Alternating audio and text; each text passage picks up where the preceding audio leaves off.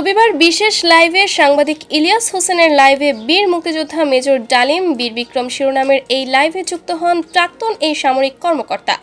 লাইভে এসে মেজর ডালিম বলেন, মুজিব মারা যায়নি, একটি সেনা অভ্যুত্থানে নিহত হয়েছে। বাকশাল বিদায়ের পরে কোটি কোটি মানুষ রাস্তায় নেমে এসে শুকরিয়া আদায় করেছে। রোববার 5 জানুয়ারি রাত 9টার দিকে ইলিয়াসের নিজের ইউটিউব চ্যানেলে প্রচারিত টকশোটি মুহূর্তেই ভাইরাল হয়। বাংলাদেশের লাইভ টকশোর ইতিহাসে সকল রেকর্ড ভেঙে একসাথে প্রায় 7 লাখ দর্শক টকশোটি উপভোগ করেন।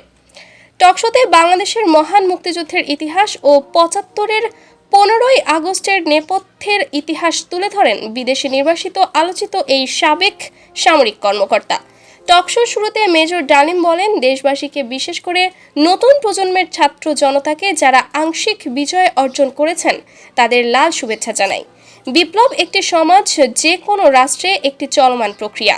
সেই অর্থে তাদের বিজয় এখনও পুরোপুরি অর্জিত হয়নি, তার জন্য আরও সময় প্রয়োজন। 24-এর গণ অভ্যুত্থানের নেপথ্যের নায়ক ছাত্র জনতাকে পরামর্শ দিয়ে তিনি বলেন, সম্প্রসারণবাদী হিন্দুত্ববাদী ভারত যার কবজায় আমরা প্রায় চলে গিয়েছি, সেই অবস্থান থেকে সেই 71-এর মতো আরেকটা স্বাধীনতা অর্জন করতে হবে। তা না হলে বিপ্লব ব্যর্থতায় পর্যবসিত হবে। জাতীয় সঙ্গীত ইস্যুতে তিনি বলেন, বাংলাদেশের জাতীয় সঙ্গীত রবীন্দ্রনাথ ঠাকুরের না হয়ে কাজী নজরুল ইসলাম বা অন্যান্য স্বনামধন্য দেশীয় কবিদের গান হতে পারত। ভিনদেশী একজন কবির গানকে জাতীয় সঙ্গীত বানানোকে পৃথিবীর ইতিহাসে বিরল বলে মন্তব্য করেন তিনি। 75-এর হত্যাকাণ্ডের নেপথ্যের কারণ জানতে চাইলে তিনি বিস্তারিত ইতিহাস তুলে ধরেন। সেই সাথে মুক্তিযুদ্ধের অনেক অজানা গল্প তুলে ধরেন তিনি। 75-এর হত্যাকাণ্ডের নেপথ্যের কারণ জানতে চাইলে তিনি বিস্তারিত ইতিহাস তুলে ধরেন। সেই সাথে মুক্তিযুদ্ধের অনেক অজানা গল্প তুলে ধরেন তিনি।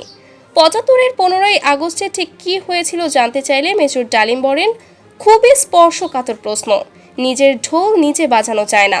প্রথম কথা, 15ই আগস্ট কোনো বিচ্ছিন্ন ঘটনা না, এটার সূত্রপাত হয় মুক্তিযুদ্ধ চলাকালীন অবস্থায়। আমরা বুঝতে পেরেছিলাম বাংলাদেশের মুক্তিযুদ্ধটা কাদের ইন্টারেস্টে হচ্ছে।